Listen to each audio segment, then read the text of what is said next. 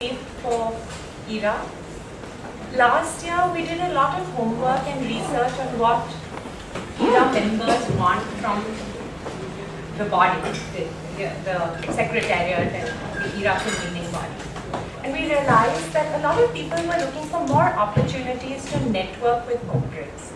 Now, ERA as a body has a lot of large firms, executive search firms, contract staffing firms, temping firms, and it also has a lot of mid-sized and small organizations, boutique companies, all of which comply to ERA's ethical standards. But a lot of these organizations don't have independent business development resources. And a lot of those members came and asked us, that, could you arrange for us on a regular basis networking with the corporates in different industries so that we can represent what we do, and for them it would be a meeting with a potential client. For you it would be exposure to a firm which you may or may not know about. So it was from that whole thought that this idea got conceived. This is going to be a monthly format now. We're very, very happy to start with the first one, which is in the manufacturing industry. I think that we all live in very interesting times and frankly in a very interesting geography today. Everybody's eyes are really on India and China, and everybody's really looking to see what will the manufacturing sector here do. And what, they're looking at the industrial output index very, very carefully. I think it's pretty safe to say that the worst is behind us, but I could be wrong. But if the recently published Industrial Output Index is any indication that the worst is behind us, yes it is.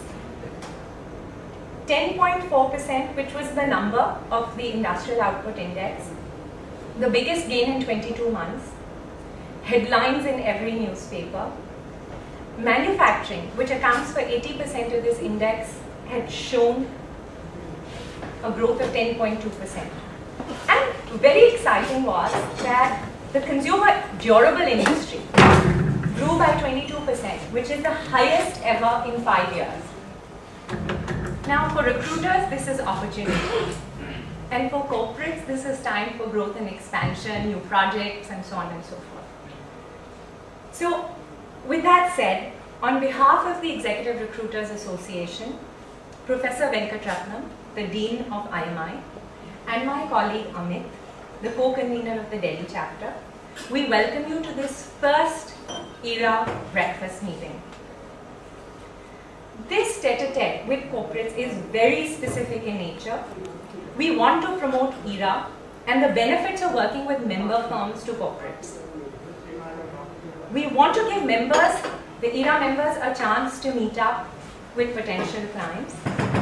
And we also want to showcase the benefits of ERA to the non-member firms that are present here. This morning, we seek to understand talent acquisition in the manufacturing industry with experts in the domain of two-wheeler and consumer durables, cement and sugar, auto ancillary, and tires. This breakfast meeting will now be a monthly event. It will keep showcasing high-growth companies in different industries. The next meeting, in case you want to just pen it in your calendars, on the 27th of November, the same venue, and we will be looking at retail, real estate, and hospitality organizations.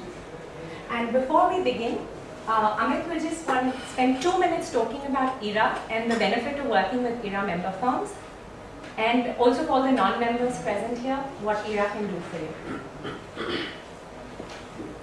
Thank you, Shailja. Good morning, everybody.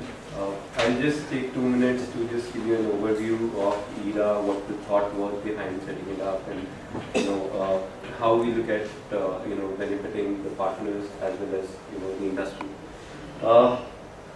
Let's start with some history when it started. After 2001, 2002, there was no industry body that represented the executive recruitment firms in India. Okay, by itself, executive recruitment is an industry in terms of size is around 9,000 crore rupees. So it's fairly large size in industry, but is run through a lot of mom and pop shops as well, and then you have mid-size and large-size firms that, as we talk, as Shailja talked about. So it was time that there was one single industry forum where there was a place where we could set a standard. There could be a certification that we could have. So that's how ERA was brought in. It was set it up in 2002. 12th February, 7 members got together. What the association tries to do is, one, combat unethical practices of recruiters. Okay, I believe everybody has stories where they've come across unethical practices at with partners, with candidates. I think any recruiter that you would talk to would have a few real horror stories to talk about.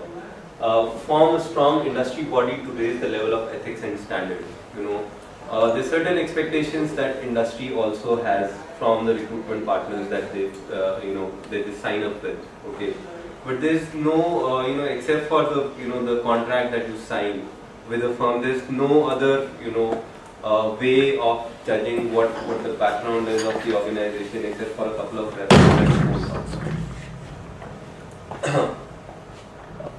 Human resource needs. As we see that the industry has been growing at a phenomenal pace. Okay, the importance of HR. We've realized that with time it is increasing. We see a lot of HR people now on the board of companies as well. Okay, so so the quality of delivery, the expectation on quality of delivery is going to be higher. I think it's also safe to say that when you work with an ERA certified or an ERA member firm, you can expect a certain code of conduct, a certain set of ethical standards, which you may have found missing in the past when you have worked with other vendors. And that really is the USP of working with ERA member firms. So the current state, ERA has been active for the last 4 years, although it was founded in 2002.